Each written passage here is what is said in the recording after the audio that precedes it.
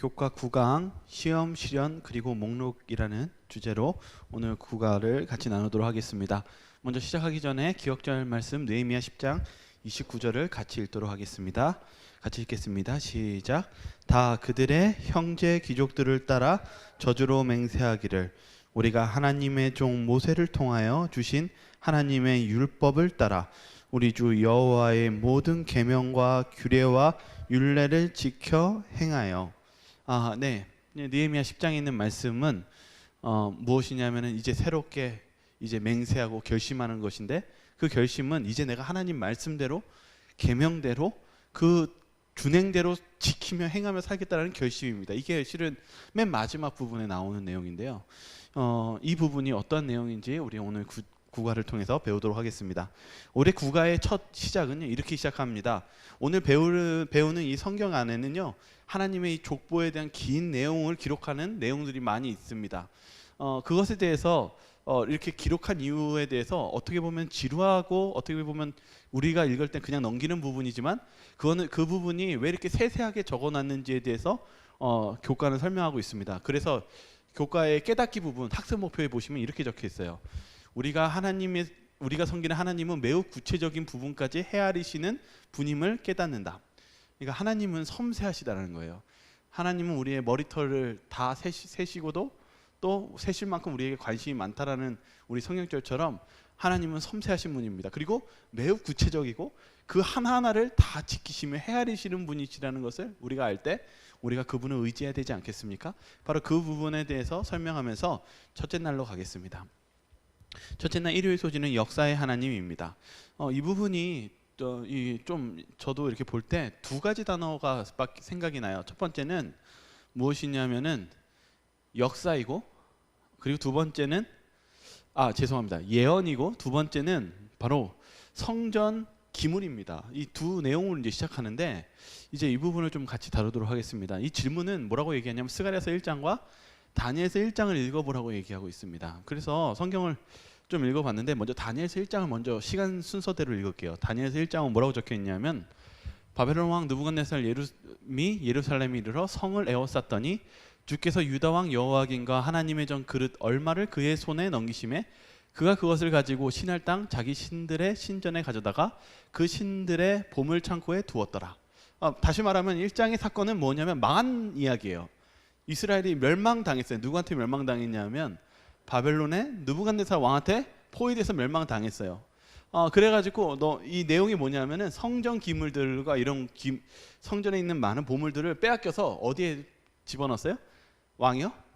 바벨론 신전에 가져다가 그 기물을 집어넣은 장면이 어떻게 보면 비참한 장면이죠.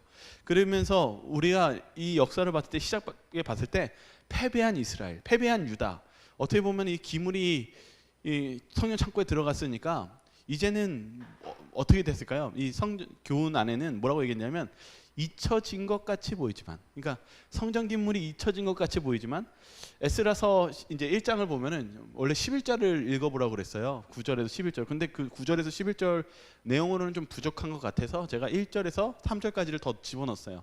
먼저 11절을 읽어보면은 이렇게 적혀 있습니다. 금, 은 그릇이 모두 5,400개라. 사로잡힌 자를 바벨론에서 예루살렘으로 데려갈 때 세스바살이 그 그릇들을 다 가지고 갔더라. 이게 뭐냐면, 이제 포로에서 귀환되었을 때 무엇을 다시 가져갔어요? 바벨론에서 빼앗겼던 성전 기물들을 다시 가지고 갔어요. 이제 포로에서 해방돼서 이제 성전을 짓기 위해서요. 근데 이것만으로 부족합니다. 왜냐하면 이제 왜 얘기하려고 그러냐면, 에스라서 이제 초반 1절로 넘어가면은 이제 예언에 대한 부분을 이제 설명하려고 그러는데, 고레스 원년에 이렇게 적혀 있어요. 여호와께서 예레미야 입으로 하신 말씀을 응하게 하시려고. 그 예레미야의 예언을 이제 이루시기 위해서 하나님께서 어떻게 하셨다고 하냐면, 고레스의 마음을 감동시키심에. 잘 알다시피 예레미야가 70년 후에 반드시 무엇 한다고 그랬어요? 다시 돌아오게 해준다고 그랬어요. 근데 눈으로 봤을 때는 전혀 이게 해결될 것 같지가 않은 거예요. 다니엘 시대, 다니엘도 왜 그랬어요? 이게 가까이 오긴 가까이 왔는데 해결될 기미가 안 보였어요. 그래서 우리는 절망합니다. 그리고 우리는 좌절합니다. 그러나 하나님은 그 우리가 봤을 때 불가능한 것을 이루시고 그 예언을 반드시 지키시는 하나님이심을 우리는 잊으면 안 됩니다. 그래서 뭐라고 하냐면 하나님은 예언을 성취하는데 어떤 것도 예언을 성취하시냐면 고레스의 마음을 어떻게 하시기도 해요? 감동을 지켜서 어떻게 합니까? 이 고레스를 통해서 그 예언의 성취를 이루시게 하십니다. 그래서 뭐라고 얘기하냐면 3절을 더 집어넣었어요. 뭐라고 적혀있냐면 이스라엘의 하나님은 참 신이라. 뭘 이제 인정하는 거예요? 이 성경을 기록했던 사람들과 이 이스라엘 백성들이 뭘 이제 인정했어요? 야, 하나님 참 진짜 대단하시고 정말 참 유일하신 하나님이라는 걸 인정하는 것입니다. 그런데 거기서 멈추는 게 아니라 그 뒤에가 이어져 있어요. 여호와의 전을 건축하라. 이제 이루어 놓았어요. 그들의 눈 속에서 하나님의 예언이 이루어졌는데 이제 사명을 주셨어요. 무엇하라고 하냐면 여호와의 전을 이제는 건축하라. 다시 성전을 건축하라고 얘기합니다. 바로 이 부분에 대해서 이제 마찰이 일어납니다. 그러나 어쨌든 우리가 바라봐야 되는 것은 그 예언의 역사를 통해서 그 성전 기문을 들고 나아갔다는 것입니다. 여기서 교훈이 하나 있습니다. 무엇이냐면 세상에 어떤 순간이 오고 어떤 절망 순간이 와도 여호와께서 이 세상을 주관하십니까? 바로 하나님이 이 세상을 주관하십니다. 이 선지자의 왕은 이렇게 적혀 있어요. 열국의 역사가 오늘날 우리에게 말한다. 하나님은 그분의 큰 계획 속에 모든 국가와 모든 개인의 자리를 배정하셨다. 오늘날의 사람들과 나라들이 그릇 행함이 없으신 하나님의 수중에 있는 추로 시험을 받고 있다. 모든 사람은 자신의 선택으로 자기의 운명을 결정하고 있으며 하나님은 그분의 목적을 성취하시고자 모든 사람을 지배하고 계신다. 이건 뭐냐면 하나님께서는 이 세상을 주관하고 계십니다. 그런데 그와 함께 무엇하고 계시냐면은 우리가 이 하나님께서 각 사람마다 어떻게 해야 될지를 다 계획해 놓으셨어요. 그러나 누구에게 달려 있어요? 그 선택, 그 모든 결과는요? 우리 자신의 선택이 달려 있다는 것입니다. 그러할지라도 하나님께서는 이 모든 약속과 예언을 지키시는 그러한 하나님이시라는 전능하신 하나님이라는 것을 이야기하고 있습니다. 그러면서 좀 더 뒤에 이제 누구를 비교하냐면 벨사살과 비교하기 시작합니다. 이 벨사살은 문제가 있었어요. 다니엘서 5장을 읽어보라고 했는데 제가 그 중에 한 일부분만 축약해서 읽도록 하겠습니다. 이에 예루살렘 하나님의 전 성소 중에서 탈취해온 금그릇을 가져오매 왕이 더불어 그것으로 마시더라. 그들이 그 금, 은, 구리, 쇠, 나무, 돌로 만든 신들을 찬양하니라. 그때 사람들의 손가락들이 나타나서 바로 하나님의 손이 나타나서 메네메네 대게를 우바르시니라면서 저울의 제본이 부족하여 메대 바사로 옮기겠다라는 그 예언을 성취하십니다. 이게 왜 문제가 될까요? 이 벨사살이 무엇을 잘못한 것일까요? 이 벨사살이 잘못한 문제에 대해서 이렇게 선지자 왕은 이렇게 기록하고 있습니다. 벨사살이 어리석음과 연약함 때문에 교만한 바벨론은 얼마 후에 무너질 수밖에 없었다. 젊어서 벨사살은 자신의 능력을 찬양하고 하늘의 하나님을 대적하여 그의 마음을 높였다. 하나님의 뜻을 알고 깨달을 수 있는 많은 기회들이 그에게 주어졌었다. 그는 느부갓네살의 개종과 이적적인 회복을 잘 알고 있었다. 그러나 벨사살은 향락과 자창과 매혹에 빠져서 그가 결코 잊지 말아야 할 교훈들을 잊고 있었고 그는 은혜스럽게도 그에게 허락된 기회들을 낭비하였고 진리를 더욱 충분히 알 수 있는 방법을 익히 알고 있었지만 이를 사용하는 데 게을리하였다. 느부갓네살이 말할 수 없는 고통과 굴욕의 값을 치르고 마침내 얻었던 그것은 벨사살을 냉담하게 지나쳤다. 이 벨사살 이야기를 왜 하는 걸까? 저는 예전에 이제 다니엘서를 가르쳐서 이제 이 주석 부분을 봤는데 벨사살이 느부갓네살 왕에 있었던 사건들을 알고 있었을까요? 모르고 있었을까요? 그냥 알고 있었던 게 아니라 매우 잘 알고 있었어요. 왜냐하면 나이를 측정해 봤을 때 아마 이 느부갓네살이 살아 있었을 때 벨사살이 30대에서 30대 이상의 나이였을 거라고 추측하고 있어요. 그래서 벨사살이 어느 정도 머리나 성장이 있었고 분명히 그의 할아버지를 통해서 분명히 이 사건들을 알고 있었습니다. 근데 무엇했냐면은 무시했어요. 그래서 이때 당시에 벨사살이 섭정 왕으로 통치하고 있었을 때 다니엘이 그 잔치에 있었어요, 없었습니까? 없었어요. 그를 무시한 것입니다. 그를 인정하지 않은 것입니다. 그것을 어디서 알 수 있냐면 성경절 다니엘서 5장 22절과 23절에 알 수 있습니다. 벨사살이여, 왕은 그의 아들이 되어서 이것을 다 알고도 아직도 마음을 낮추지 아니하고 도리어 자신을 하늘의 주제보다 높이며 신상들을 찬양하고 도리어 왕의 호흡을 주장하시고 왕의 모든 길을 작정하시는 하나님께는 영광을 돌리지 아니한지라. 다니엘이 얘기합니다. 당신 다 알면서 그것을 끝까지 무시하는 그 문제가 당신의 문제라고 이야기합니다. 다시 말하면 벨사살 왕은 하나님을 알고 있었습니다. 그리고 무엇도 알고 있었냐면 하나님이 어떻게 할 그런 일들을 알고 있었습니다. 그러나 벨사살은 그 하나님을 미워했습니다. 자신의 우상을 섬겼습니다. 그래서 일부러 하나님의 그 성전 기물을 가져와서 그 잔에 술을 따르고 자신의 신이 위대하다고 외쳤을 때 하나님께서 나타나서 더 이상 너희 나라 이 바벨론이 영원할 수 없다라고 말씀하시면서 그 잔을 옮기셨다는 사실입니다. 오늘 여기서도 우리가 배워야 되는 것은 있습니다. 오늘 이 제목이 역사의 하나님입니다. 하나님께서는 이 역사를 통해서 그리고 예언을 통해서 하나님께서는 이 모든 과정에 함께 하셨고 그리고 이 모든 과정에 하나님이 이 세상을 주관하신 것을 알려주고 있습니다. 그러나 벨사살처럼 그것을 끝까지 거절하고 그리고 하나님에 대한 그 교훈을 잊은 채 그렇게 역사를 무시하면서 교만해질 때 그의 결과는 혹독한 나라의 멸망이 왔었고 결국은 그 최후가 비참했다는 사실입니다. 그래서 오늘 이 첫째 날 교훈은 바로 하나님이 주관하시며 그런 하나님의 말씀대로 우리가 의지하며 살아가는 것이 필요하다는 것이 우리들에게 교훈을 줍니다. 그러면 우리 두 번째 가도록 하겠습니다. 둘째 날 소지는 자기들의 성읍입니다. 질문은 이렇게 시작합니다. 에스라 2장과 7장을 훑어보라. 거기서 그대는 무엇을 알게 되는가? 오늘 아까 시작했었을 때 그 귀한 자들의 명단을 기록했다는 것이 에스라서와 느헤미야 7장에 나왔던 내용입니다. 그래서 에스라서 2장은 이렇게 시작합니다. 옛적에 바벨론 왕 느부갓네살에게 사로잡혀 바벨론으로 갔던 자들이 자손들 중에서 높임을 받고 예루살렘과 유다도로 돌아와 각기 각자의 성읍으로 돌아간 자 하면서 명단이 시작되고요. 그리고 느헤미야 7장은 이렇게 시작합니다. 그 성읍은 광대하고 그 주민은 적으며 가옥은 미처 건축하지 못하였음이니라. 내 하나님이 내 마음을 감동하사 귀족들과 민장들과 백성을 모아 그 계보대로 등록하게 하심으로 내가 처음으로 돌아온 자의 계보를 얻었는데 거기에 기록된 것을 보면 먼저 우리가 알아야 되는 것은 하나님께서 이렇게 이 에스라와 느헤미야서를 통해서 왜 이렇게 세세하게 그 인물들을 기록했느냐는 것입니다. 그 교훈은 첫 번째는 바로 하나님은 우리를 아주 자세한 것까지 아시고 돌보시는 하나님임을 알리기 위해서 이렇게 기록하고 있습니다. 근데 오늘 이 부분을 우리가 배우기 전에 특별히 선지자와 왕 559페이지에 바로 이 사건에 대해서 좀 바라볼 필요가 있습니다. 에스라와 느헤미야가 성전을 건축했었을 때 그들은 뜨거운 마음과 회개하는 마음으로 다시 시작했습니다. 믿음으로요. 근데 한번 보시죠. 여기 선지자왕 559페이지에 이렇게 적혀 있어요.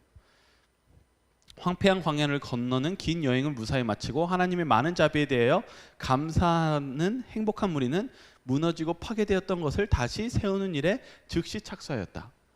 이제 그들이 성전을 다시 짓기 위해서 즉각적으로 그것을 일을 시작했습니다. 근데 어떻게 했냐면은 그들이 물질을 들였고 그리고 그들의 본을 따라 빈약한 창고에 아낌없이 자기에 있는 헌물을 드렸다고 얘기하고 있습니다.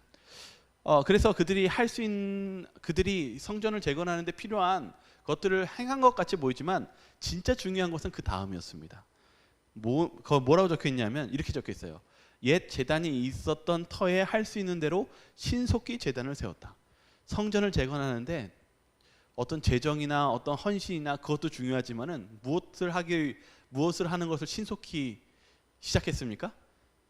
무너진 제단을 다시 세우는 거예요. 뭐 하려고요? 우리로 따지면 지금 예배 드리려고요. 네, 여기서도 이렇게 이야기하고 있어요. 중단되었던 거룩한 예배를 다시 복구하는 데 연합하였다. 이게 왜 중요할까요? 우리가 성전을 재건하는 데 있어서 돈도 필요하고 사람도 필요하고 인력도 필요하고 다 필요합니다. 그런데 성전을 재건하는 것, 그리고 하나님께서 아까 뭐라고 그랬어요? 예언 속에서 이 예언의 성취를 해주면서 성전을 건축하라고 얘기했지 않았습니까? 성전을 건축하는데 가장 중요한 것은 무엇일까요? 맞아요. 예배 드리는 것입니다.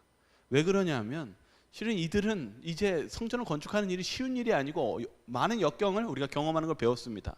근데 여기서 제일 중요한 것은 하나님의 개입입니다. 하나님이 함께 하시는 것이 이 일의 성공과 실패의 판가름입니다.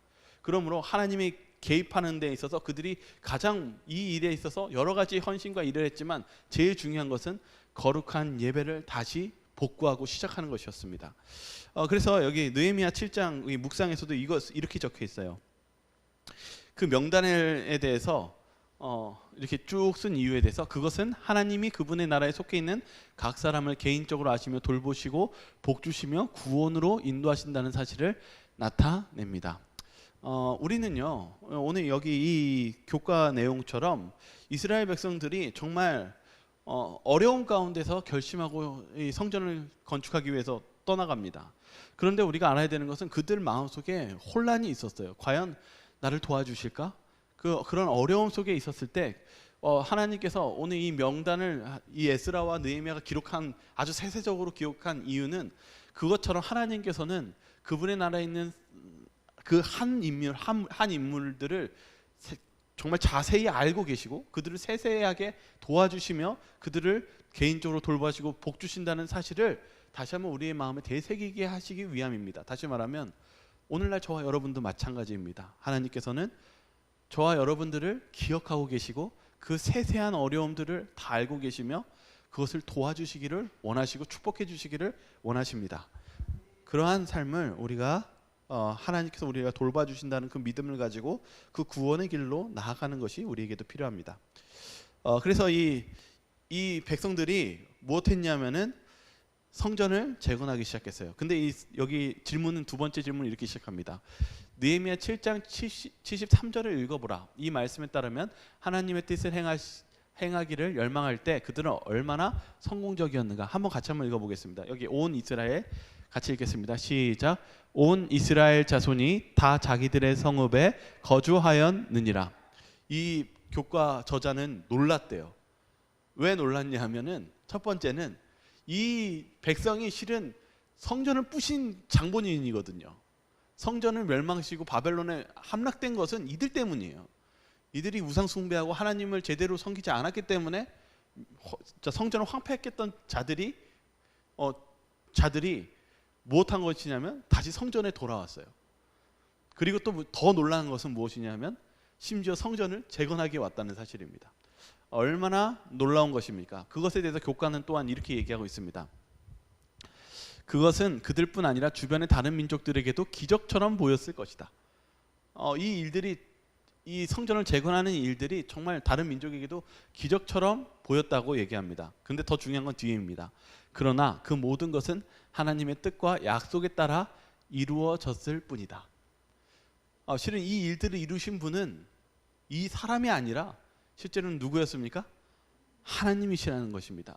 단지 이것은 하나님의 뜻과 약속에 따라 이루어졌을 뿐이다.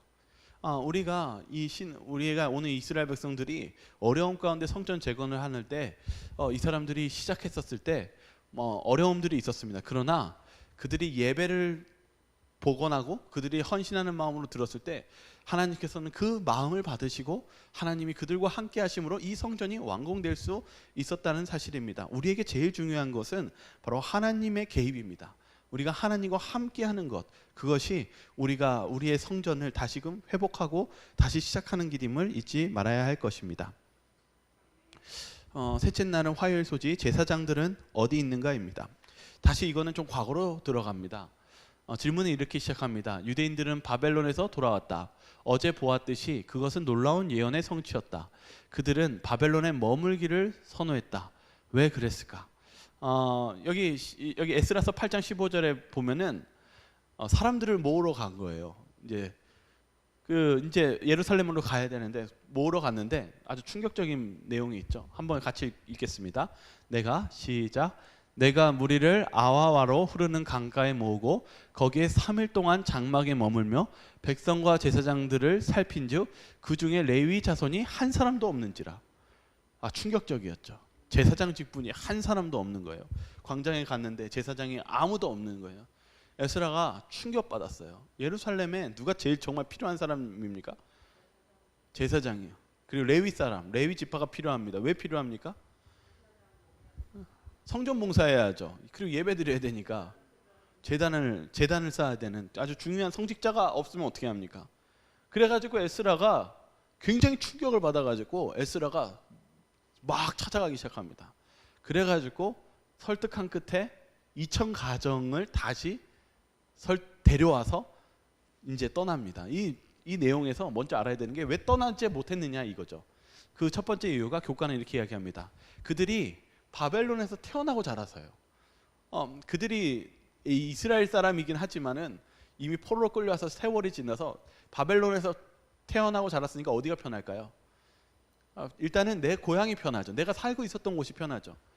그리고 또 두 번째 뭐냐면 이 예루살렘에 가면 이게 좋은 땅이 아니라 이미 폐허가 된 땅이었고 이게 뭘 먹고 살 수 있는 땅이 아닙니다. 그래서 알 수 없는 땅이고 그래서 뭘 먹고 살아야 될지 모르고 어려운 길이기 때문에 아무도 원하지 않았습니다.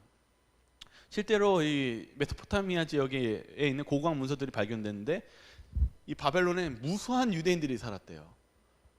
이것을 왜 얘기하냐면은 이 예루살렘 성전 건축했을 때 귀환했을 때 지금 이제 2천 가정 에스라가 2천 가정을 설득해서 데려갔다고 하는데 많은 무리가 간 걸까요? 소수의 무리가 간 걸까요? 라는 내용입니다. 소수의 무리였습니다. 이게 여기 영감의 교훈을 보면요 이렇게 적혀있어요. 누가 귀환하였는가? 사로잡혀온 자손들 중에 5만 5천 명 가량이 이 칙령의 혜택을 입었고 귀환할 수 있는 허락을 받았다. 그러나 메데 바사의 각도에 분신된 무수한 사람들과 비교할 때 이들은 다만 남은 자에 불과하였다. 그러니까 이스라엘을 성전을 건축하고 회복한 사람은 이스라엘 유대인들 전체가 아니라 그 안에서 소수의 무리가 남은 무리들이 하나님의 말씀에 순종하고 그 성전을 건축했다라는 것입니다. 그래서 오늘날 우리도 우리에게 교훈을 주는 것은 우리가 하나님의 백성이 되고 하나님의 약속을 예언에 대한 것을 성취하는 것은 하나님의 말씀에 순종하는 그런 하나님의 남은 백성이라는 사실입니다.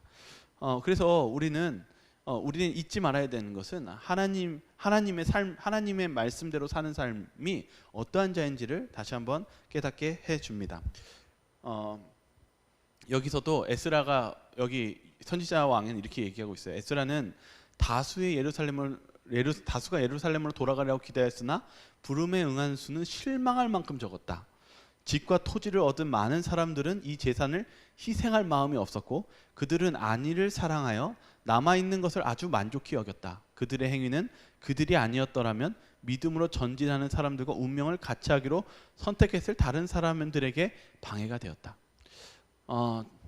우리가 오늘날도 좀 교훈이 되는 것 같습니다. 오늘날 너무나 세상을 사랑하고 돈을 사랑하고 그러다 보면은 결국 우리는 정말 하나님을 잃어버릴 수 있는 이 에스라와 느헤미야 시대와 같은 그 잃어버린 사람이 될 수 있다는 사실입니다.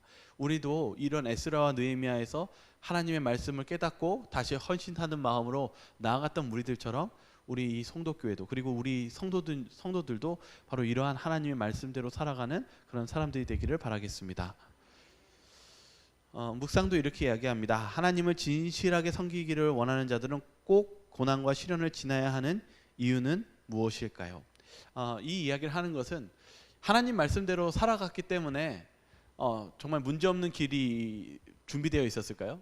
분명히 예수님께서 하나님께서 성전을 건축하라고 말씀하셨는데 그 길은 평탄한 길이 아니라 고난의 길이었습니다.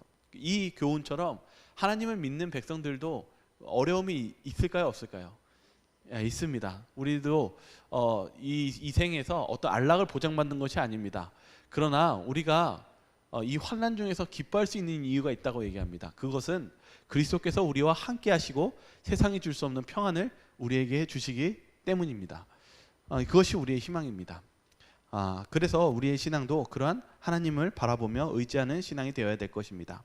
자, 넷째 날 가도록 하겠습니다. 수요일 하나님 앞에서 겸손하라. 질문 신명기 30장 1절에서 6절을 읽어보고 여기에 히브리 백성들이 어떤 약속을 주셨는가, 이 약속은 에스라와 느헤미야 같은 사람들에게 어떤 의미였을까, 이렇게 얘기하고 있습니다. 먼저 신명기서 한번 같이 읽어보겠습니다. 너와 내 자손이, 같이 읽겠습니다. 시작.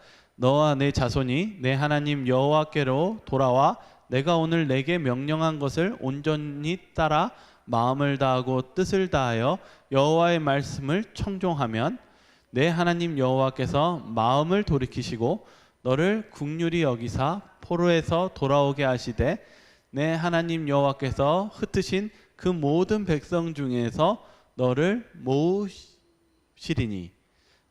신명기서는 무슨 내용입니까? 이 신명기서 30장에 있는 말씀 보면은 히브리 백성들에게 어떤 약속을 주셨습니까? 하나님께로 돌아오면 무엇 해 주시겠다고 얘기합니까? 네, 용서해 주시고, 불쌍히 용서해 주시고, 그리고 하나님께서 그들을 다시 모아서 그들의 백성이 하나님의 백성이 되게 해 주시겠다고 약속하셨습니다. 아까 실은 그 묵상과 연결됩니다. 이스라엘 백성들이 이 신명기서 말씀처럼 하나님의 말씀대로 살고 하나님의 성전을 건축하기로 결심했을 때, 에스라와 느헤미야 시대 때 이들의 길이 좋은 길만 있었습니까? 라는 질문입니다. 아니요, 어려움이 있었어요. 난관이 있었어요. 그런데 그러한 속에서도 무엇을 성공할 것을 믿고 그리고 하나님의 약속을 믿고 그 환난과 어려움을 마주하는 가운데 믿음을 가지고 전진해 나갔다는 사실입니다. 그것이 중요합니다. 실은 우리의 현실 속에서 난관과 어려움을 바라보고 그것을 포기하는 것이 아니라 무엇하는 게 필요합니까? 하나님이 약속하셨기 때문에 그 믿음을 가지고 전진한다면 하나님께서 그 약속을 이루어 주신다는 것을 믿는 믿음이 필요합니다. 이것이 왜 필요하냐면 이 부분에 대해서, 이 성경절에 대해서 가래뽑은 기별 1권에서 이렇게 설명하고 있습니다. 주님께서는 다른 사람들을 구원하시면서 그대는 구원하시지 않으실 것이라고 믿는 것은 순수한 신앙이 아니다. 그러니까 우리가 신앙생활할 때 뭐 하냐면은 그건 다른 사람 이야기고 내 삶은 달라. 하나님이 나를 안 들어주셔. 나에게 개입해 주시 않으셔라고 하면서 우리는 그 믿음도 거절하고 그 기대조차 하지 않는 신앙을 할 때가 있습니다. 근데 그것이 잘못됐다는 것입니다. 지금 이 에스라와 느헤미야도 그들은 어쩌면 어려운 가운데 좌절하는 가운데서 그곳에 가면은 어렵고 힘든다는 걸 다 알고 있었습니다. 근데 오늘 아까 처음 성경절 제가 1절과 3절을 좀 더 읽어드린 이유는 하나님의 예언에 대해서 설명해 드렸습니다. 예언한 대로 고레스 왕을 마음을 감동시켜서 그 예언을 어떻게 하셨습니까? 성취시키자 그 다음 성경처럼 뭐합니까? 야, 하나님이 진짜 참 하나님이시다 라고 하면서 그 다음에 무엇을 명령합니까? 성전을 건축하라. 이게 고민입니다. 정말 예언대로 하나님의 말씀대로 어려운 가운데 그것을 가능하게 하시는 하나님을 봤는데 무엇 해야 되냐면 이제 내가 그 믿음을 믿고 실행해야 되는 것이 필요한 것입니다. 그런데 우리의 마음속에 그것은 내 삶과는 전혀 상관없는 내용이라고 생각한다면은 그것은 순수한 신앙이 아니고 어리석은 신앙입니다. 우리가 그런 순수한 신앙으로 그런 유일하신 구원과 하나님에 대한 믿음을 순수하게 믿고 전진한다면 하나님께서는 그 성경의 인물처럼 우리의 삶에도 개입하시고 그 말씀과 그 약속을 이루어 주실 것이라는 것을 우리가 체험하고 나아가야 된다는 사실입니다. 그래서 우리가 사는 그 말씀의 순종 속에 고통이 있음을 이해하지만은 그 하나님에 대한 약속을 믿고 전진할 필요가 있습니다. 이스라엘 백성처럼요. 그래서 이 두 번째 질문은 이렇게 시작합니다. 에스라 8장을 읽어보고 이곳의 난관이 무엇이었는가? 그들은 그것에 대하여 어떻게 반응하였는가? 이제 어려움이 있었다라고 얘기합니다. 무엇인지 한번 에스라 8장 22절을 같이 읽어보겠습니다. 우리 하나님이 시작. 우리 하나님의 손은 자기를 찾는 모든 자에게 선을 베푸시고 자기를 배반하는 모든 자에게는 권능과 진노를 내리신다. 네, 에스라서 8장 22절에 뭐라고 얘기했냐면 하나님의 손은 하나님의 손을 찾는 사람에게는 무엇을 주신다고요? 선을 베푸시고 자기를 배반하는 자에게는 진노를 내리신다. 에스라는요, 이 일을 할 때 어려움이 있었어요. 특별히 어떤 위험이 있었죠. 그래서 에스라는 그런 위험을 알고 어떻게 했습니까? 기도를 했습니다. 그래서 하나님께 매달리고 하나님께 달려갔습니다.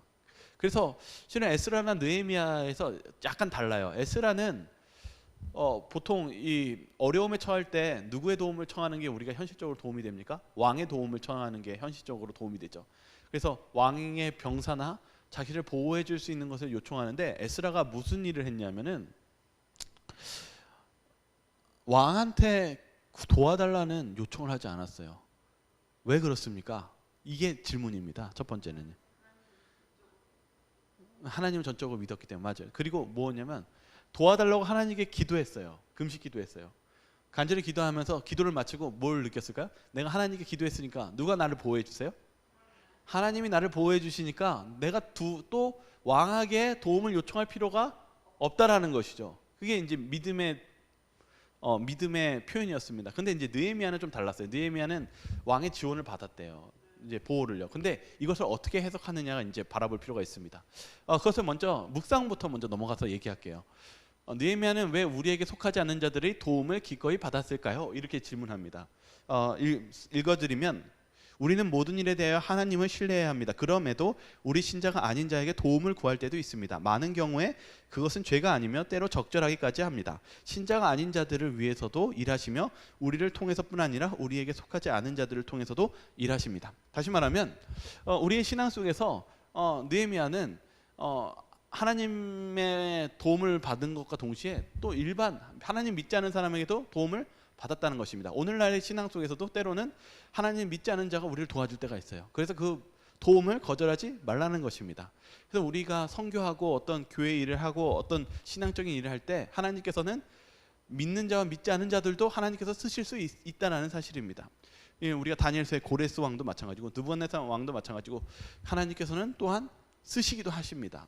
그 바벨론을 통해서 이스라엘을 칠 때 하나님께서 개입하셨다라고 기록한 것처럼 이렇게 쓰십니다. 그러나 이제 에스라는요 좀 달라요. 저도 이 부분에서 교과 부분에서 좀 설명이 있는데 그 부분 말고 주석 부분을 좀 더 추가해서 넣으니까 다르더라고요. 뭐냐면 왜 에스라는요 거절했어요. 왜 도움을요? 왜 거절했냐면은 이렇게 적혀 있습니다.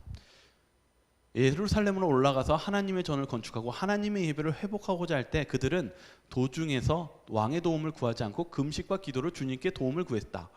그분을 경배하는 일에 있어서 그분의 원수들의 도움을 필요로 하지 않으신다. 그러나 그들의 연합하고 그들이 좋아하는 것을 좋아하고 세상과 친구가 되는 일은 감히 하지 않는다. 그렇게 되면 우리가 하나님과 불화하게 되기 때문이다. 제가 예전에 또 했던 말인데, 어떠한 친구가 전도를 하겠다고 해가지고 하나님 믿지 않은 친구를 전도하겠다고 그 술집에 따라가거나 안 좋은 데를 막 따라간 거예요. 근데 결론적으로는 좋지 않았어요.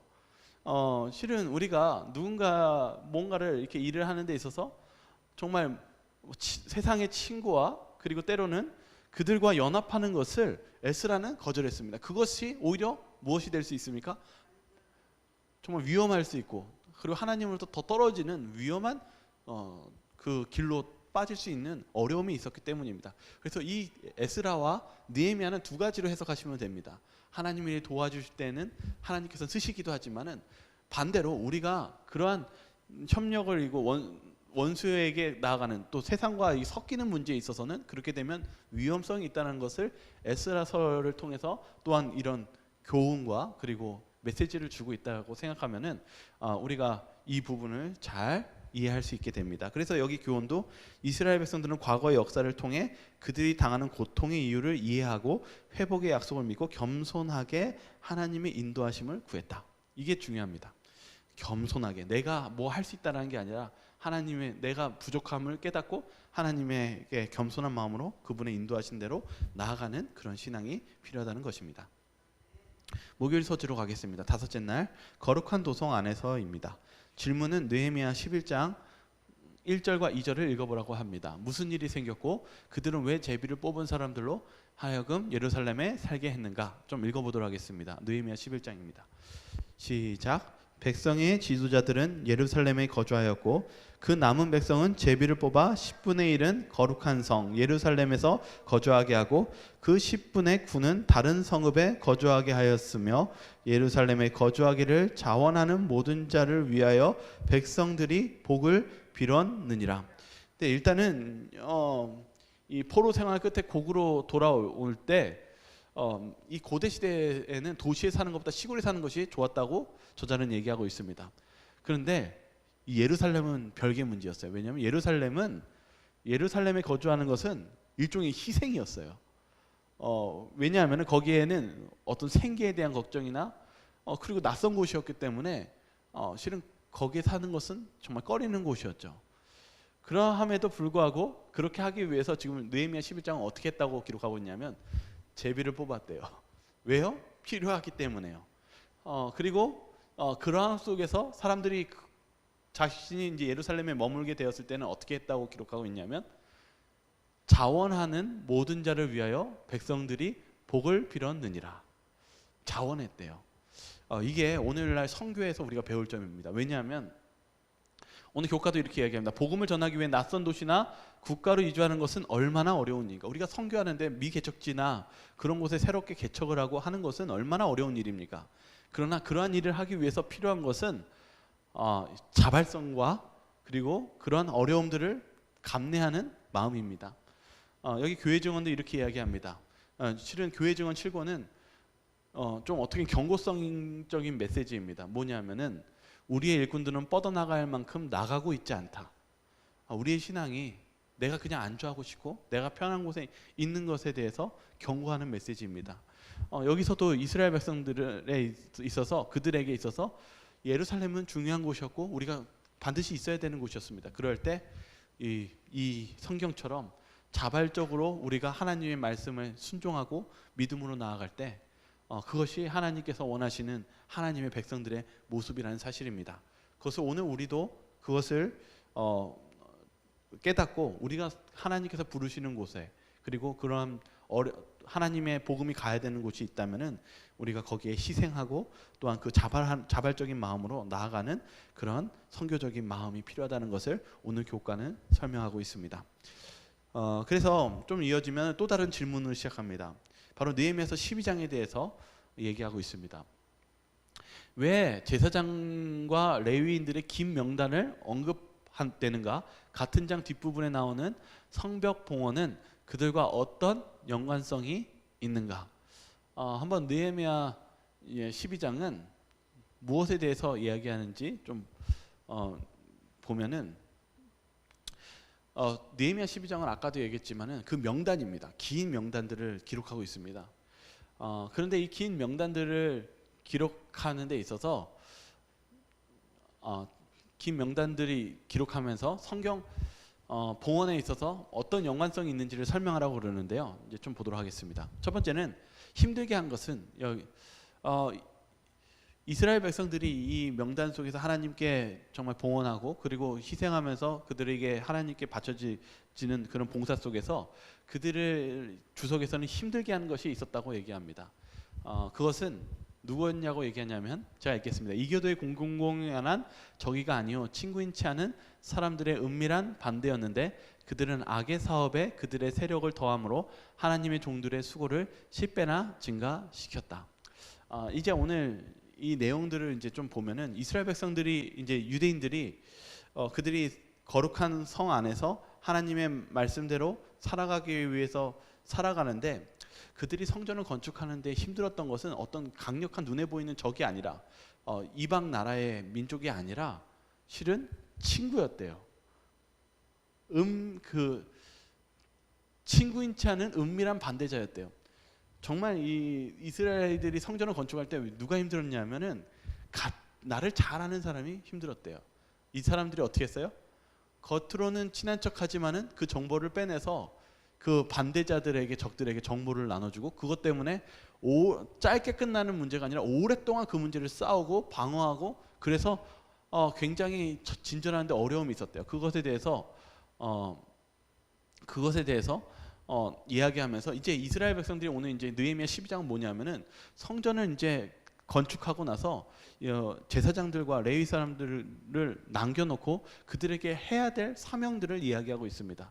그것이 무엇이었습니까? 여기 이 주석은 이렇게 이야기합니다. 오늘날 진전시켜야 할 개혁 사업에는 에스라와 느헤미야처럼 죄를 변명하거나 핑계하지 아니하고 하나님의 영광을 옹호하는 데서 물러서지 아니할 사람들이 필요하다. 이스라엘 백성들이 그리고 유대인들이 그들이 성전을 재건했을 때 해야 되는 사명이 있었습니다. 그 사명이 무엇이었냐면 바로 이사야서 58장에 예언된 사명이었습니다. 한번 이 부분을 같이 읽어보도록 하겠습니다. 내게서 같이 읽겠습니다. 시작. 내게서 날 자들이 오래 황폐된 곳들을 다시 세울 것이며 너는 역대에 파괴된 기초를 쌓으리니 너는 이것을 무너진 데를 보수하는 자라 할 것이며 길을 수축하여 거할 곳이 되게 하는 자라 하리라. 만일 안식일에 내 발을 금하여 이를 존귀하게 여기고. 먼저 보셔야 되는 것은 바로 이스라엘 백성들이 무엇하는 일을 하는지를 배우는 것입니다. 그들이 한 일은 바로 보수하는 것입니다. 무너진 데를 보수하는 것을 하나님께서 이 이스라엘 사람들에게 맡겼습니다. 그래서 그들이 와서 무엇했습니까? 성전을 다시 재건했죠. 근데 그게 끝난 게 아니에요. 왜 그러냐면은 그 뒤를 보세요. 보수하는 자라고 하면서 13절에 뭐라고 얘기하냐면 이제 뭘 꺼내냐면 만일 안식일에 내 발을 금하여 이를 존귀하게 여기고. 무엇을 설명하냐면 율법을 얘기하고 있습니다. 이 이스라엘 백성들이요 성전을 건축한 것으로 끝난 것이 아닙니다. 성전을 건축한다 해도 그들이 가만히 있으면 무슨 문제가 일어나냐면은 여기서 가장 큰 적들이 무엇이라고 그랬어요? 은밀한 친구라고 그랬죠. 가까운 사람이 적이었다고 그랬죠. 실은 이스라엘 백성들은 무엇하는 문제가 있었습니까? 성전이 건물이 지어졌다고 끝난 게 아니었습니다. 진짜 보수해야 되는 것은 율법이었습니다. 그들이 계명을 지키는 것이었고 하나님 말씀에 충성하며 그들의 신앙을 주님과 함께하는 것이었습니다. 여기서 이 보수는 이렇게 얘기하고 있습니다. 무너진 율법의 부분은 보수되어야 한다. 다시 말하면 그들은 다시 제사장을 남기고 그리고 그 레위 사람들을 성전에 남김으로써 무엇을 해야 됐냐면은 그들의 무너진 그리고 그들이 무너진 율법과 그들의 문제들을 다시금 재건하고 살리는 일을 해야 되는 것이 그들이 마지막까지 해야 되는 사명이었습니다. 오늘날 우리도 마찬가지입니다. 우리가 단순히 정말 건물만 있는 것이 아니라 우리가 부족하고 무너진 것들을 계속적으로 보수하고 나아가는 것이 우리가 그리스도인들이 재림 때까지 해야 되는 일이라는 사실입니다. 그래서 여기 마지막 또 뭐라고 교훈하고 있냐면 하나님은 큰 사업을 이루기 전에 먼저 헌신적인 백성들을 필요로 하신다. 느헤미야 시대에도 물려받은 땅을 두고 예루살렘에 거주할 백성이 필요했다. 하나님께서는 이 사업을 이루시기 위해서는 백성이 필요합니다. 어떤 백성이냐면 그 남은 무리처럼 헌신된 백성이었습니다. 그들을 통해서 하나님께서는 이 예루살렘에 거주하고 그리고 그들을 계속 보수하는 그러한 일들을 실행하셨습니다. 저와 여러분들 또한 그러한 사람들이 되기를 간절히 소망합니다. 마지막 금요일 소재 하나만 읽고 마치겠습니다. 정로의 계단에서 이렇게 이야기하고 있어요. 그러나 우리는 낙담하지 말 것이다. 비록 우리가 원수에게 실패를 당할지라도 우리는 하나님에게서 버림을 받거나 미움을 받거나 배척을 당하지 않는다. 결코 아니다. 그리스도께서는 하나님의 우편에서 우리를 위하여 중보하고 계신다. 이스라엘 백성들이 정말 절망 가운데서 하나님께서 그 약속을 믿고 하나님께서 그 예언을 성취한 것처럼 우리에게 필요한 것은 그분에 대한 믿음입니다. 그 믿음을 가지고 전진해 나아간다면 하나님께서는 그 일들을 그 약속대로 이루어 주시고 그리고 또한 우리들이 그러한 가운데서 하나님의 그 사역을 충실히 행한다면 우리의 재림 때에 하나님께서는 우리의 사명을 바라보시고 그리고 기뻐하시고 우리가 또한 그런 재림이 준비된 가운데 하나님을 영접하는 저와 여러분들 되길 바라면서 오늘 교과를 마치도록 하겠습니다.